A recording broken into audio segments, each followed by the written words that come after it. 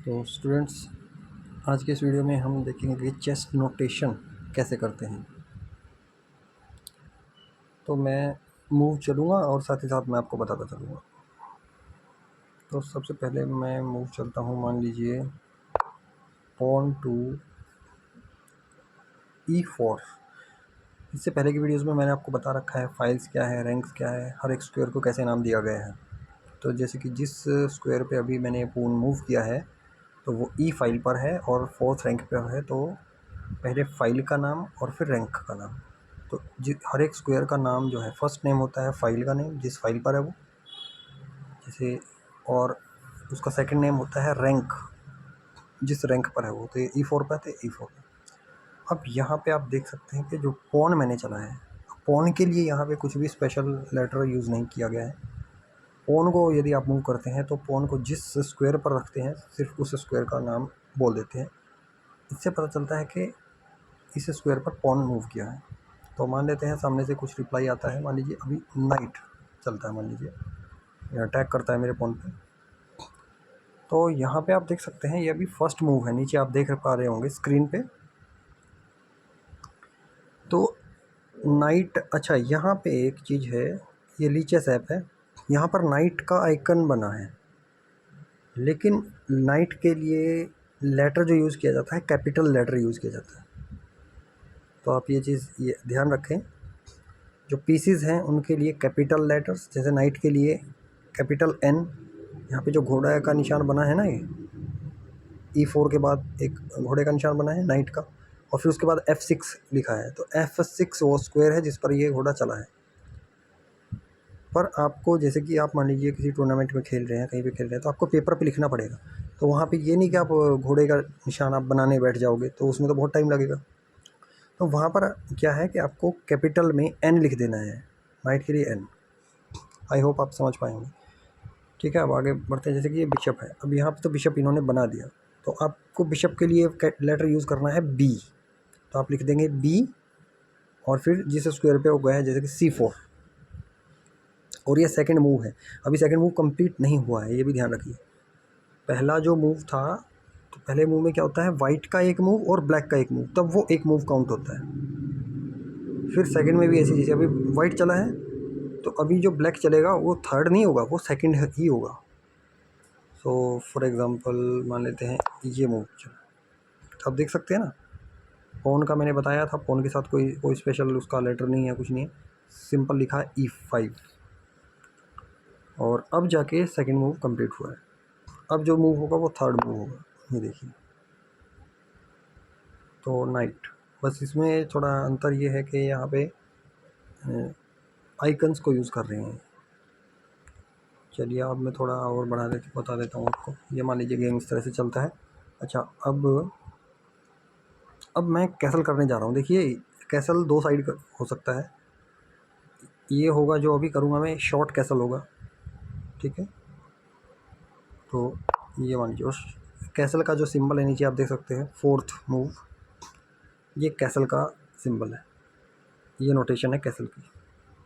चलिए अब आगे बढ़ते हैं। तो मान लेते हैं ये चलता है ब्लैक, ओके। अब यहाँ पे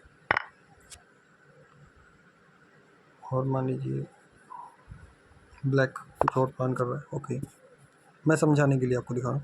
अब मैं चेक को कैसे दिखाते हैं, तो यहाँ पे आप देखिए चेक दिया वाइट ने ब्लैक किंग को, उस पर अटैक है, तो चेक देखिए बिशप, यहाँ पे हम लिखेंगे B।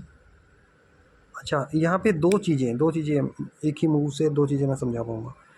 बिशप ने पॉन को कैप्चर किया, जब भी कैप्चर करते हैं किसी चीज़ को तो बिशप यहाँ पे लिखेंगे B, फिर उसके बाद X, और फिर जिस स्क्वायर के पीस को कैप्चर किया है, F7 के स्क्वायर के पीस को कैप्चर किया है, चाहे वहाँ पे कुछ भी है हम X लिखेंगे, ठीक है।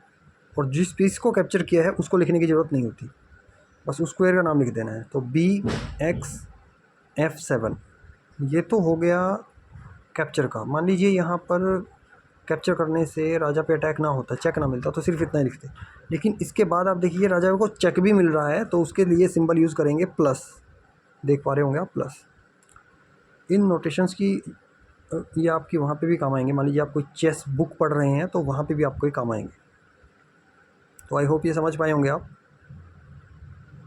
अगर चेक मिल रहा है तो ये ओके, तो ठीक है। तो मैं इसको बैक करता हूँ।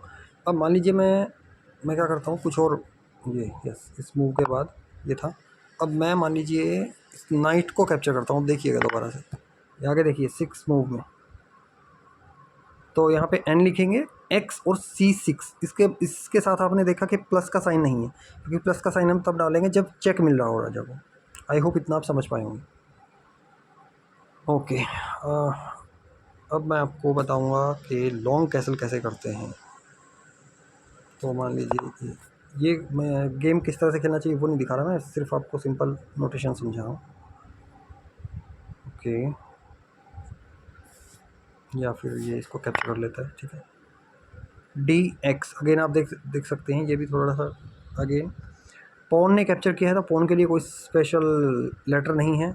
और फिर हाँ, पॉन के लिए हम क्या यूज़ करते हैं, तो पॉन अभी जिस फाइल पे था, किस फाइल पे था, D फाइल पे था, तो D फाइल वाले पॉन ने इसको कैप्चर किया है। किसको, C6 पे जो भी कुछ था, चाहे वो नाइट था चाहे जो भी था, वो बताने की ज़रूरत नहीं है। तो XC6 ये नोटेशन है, नीचे आप देख पा रहे होंगे। ओके, इसके बाद मान लेते हैं वाइट चलता है, ये ब्लैक मूव करता है, ये मूव है। ओके, वाइट कुछ भी चलता है मान लीजिए।